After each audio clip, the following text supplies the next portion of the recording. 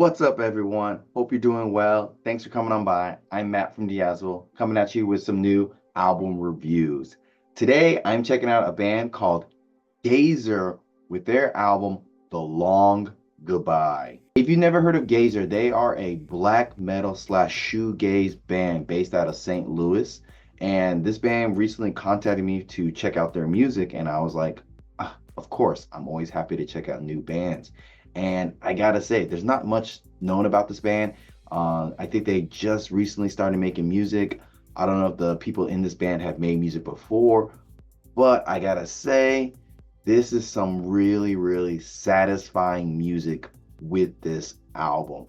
I'm very surprised with everything that was on this album in the best possible way. This is a really, really good album that, it mixes a lot of different genres, whether it be shoegaze, a little bit of industrial, a lot of black metal influence. And it's crazy how well they incorporate all these different elements, and you're just really surprised by 1 minute you're listening to like a really ambient shoegazing kind of song, and then next thing you know, some blasting like black metal blast beats from the drums and like screeching vocals come in, and you're just like, whoa, what am I listening to?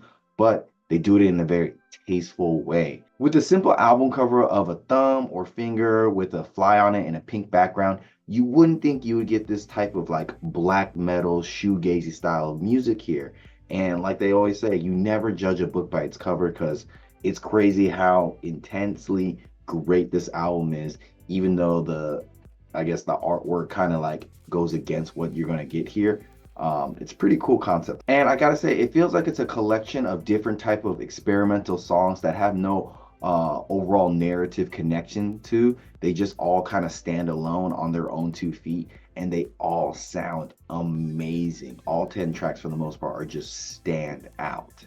And I gotta say, all the elements of this band, whether it be vocals, drums, bass, guitar, post-production ambient sounds, or little synth like piano or synthesizers used on here, they all just kind of like smoothly weave into each other and just melt perfectly to create a very cohesive and well produced album, I think. The drums have a really nice variety of styles and sounds that leave you feeling like really elated and just feeling really good, or they give you like a soul crushing, like depressing feel as you listen to them. Like on the song The Expense, the snare drum has like a really hollow and empty feel to it as you listen to it, with all the blast beats and heavy like drumming they do here.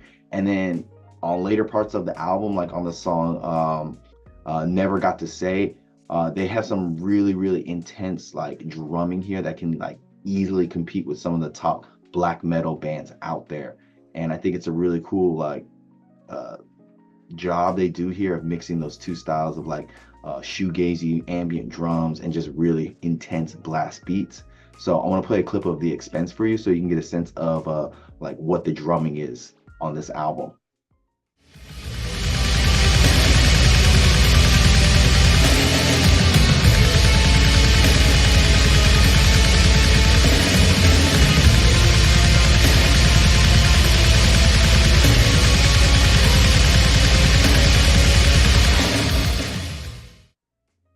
Quite intense. And like on the song Try, they pulled things back towards the end of the song and just let the drums play out the song. And they have like a really soft feel to them that just sounds really interesting with the way he's hitting the hi-hat and just letting the snare play slowly. It just sounds really creepy and eerie. And majority of the drums have a very large and huge feel to it, especially on the last song, The Long Goodbye.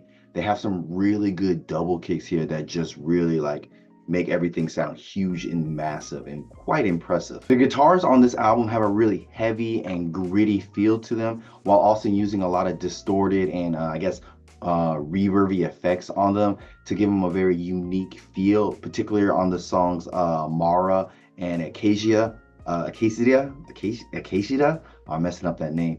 Especially that last song, it has a really cool and wonky feel to it that I think just really sticks out and just makes this band just sound even cooler than like any other band out there right now. So I want to play a clip of that song for you right now. Acadia, I think that's how you call it. and you can just get a sense of how like the guitars have a really good weight to them.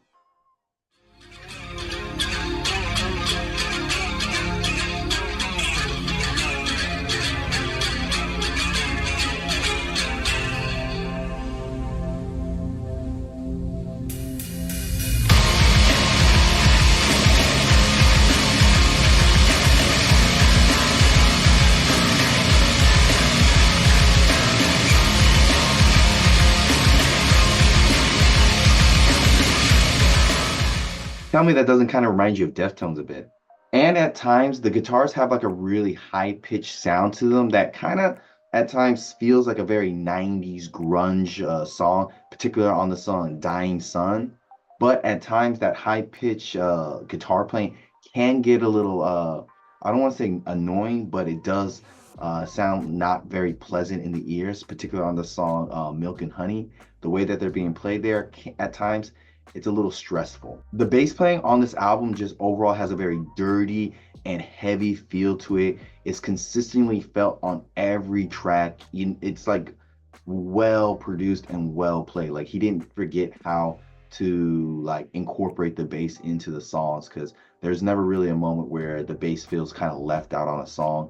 It all just sounds really smooth and thick and just quite nice. The vocals do a really good job of balancing out that whole shoegazy, soft, melancholy style of singing, while also doing a lot of hellish and just like even like I want to say scrammy like and just very unhinged scream vocals. There's a good mix of those two styles throughout this album, and I think a good example of the harsh vocal is on Dying Sun. I think you can get a good sense of like how he incorporates his vocals with the screams and the blast beats and everything. So here's a clip of that for you.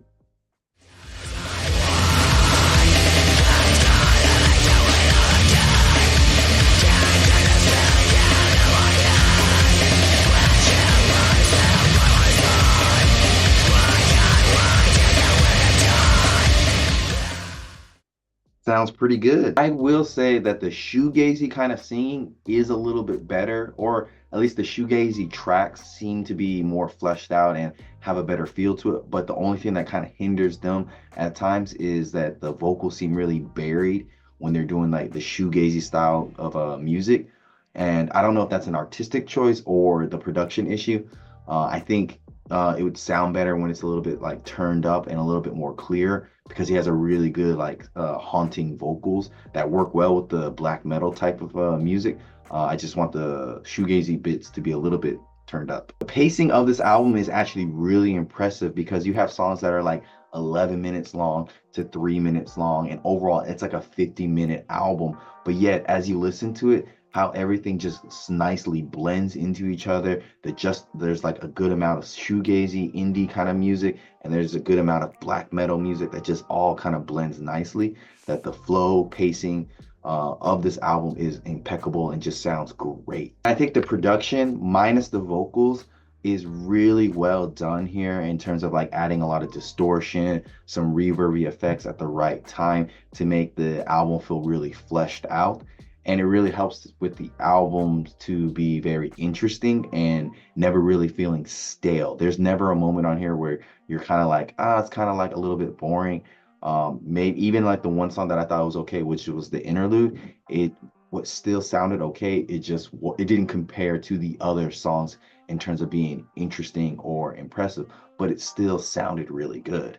Overall, I would say the spectacle of this new band Gazer is something that I was not expecting anytime soon, or just with the album cover and everything, just with the small following they have. Like there is not much to go off of this band, and that's good, because I like to say mystery creates a lot of interest, and there's not much known about this band, but damn, is it really good. Like I'm just really impressed with just how everything was made here, the mixing of all the different genres, and just the overall pacing and great quality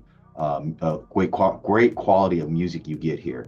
So I would say this new album from Gazer is a good and solid 9 out of 10. A surprise hitter in the alternative metal indie scene, I think, that more people need to check out. So links down below, check them out. Tell me what you think about this album.